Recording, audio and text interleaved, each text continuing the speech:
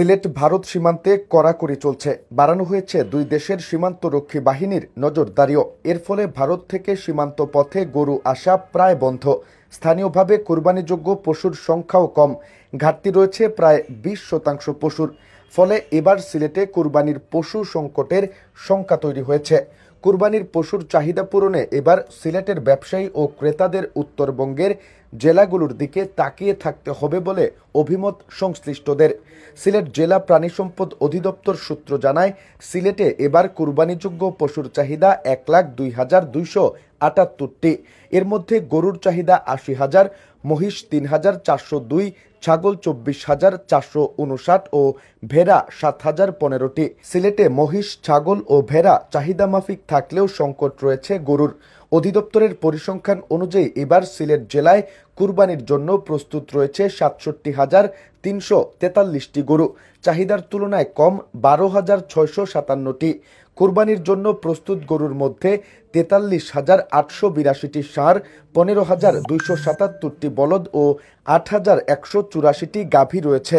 জানা গেছে, গত 8 মে থেকে সিলেট সীমান্তের ওপারে ভারতের মেঘালয় রাজ্যের 4 জেলায় রাত্রিকালীন কারফিউ জারি করেছে সেদেশের প্রশাসন। সীমান্তে অনাকাঙ্ক্ষিত ঘটনা ও চোরাচালান রোধে বিজিবিও নজরদারি বাড়িয়েছে। এরপর থেকে সীমান্ত দিয়ে গরু আসা বন্ধ রয়েছে। ফলে প্রতি বছর বৈধ ও অবৈধভাবে সীমান্ত দিয়ে প্রচুর ভারতীয় গরু সিলেটে আসত। কিন্তু এবছর সীমান্তে কড়াকড়ির কারণে ভারত থেকে গরু আসার সম্ভাবনা দেখছেন না ক্রেতা বিক্রেতারা।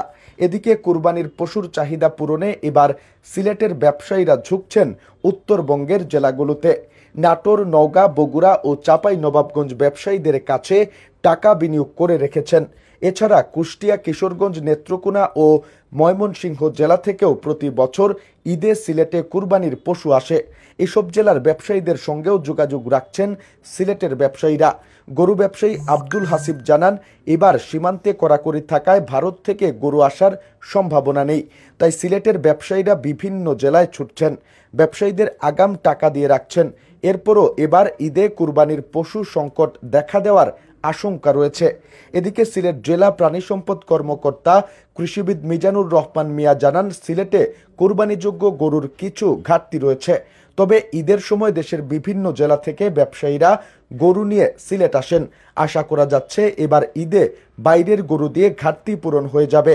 গরুর সংকট থাকবে না। এছাড়া মহিষ, ছাগল ও ভেড়া চাহিদা মাফিক রয়েছে বলে জানান তিনি।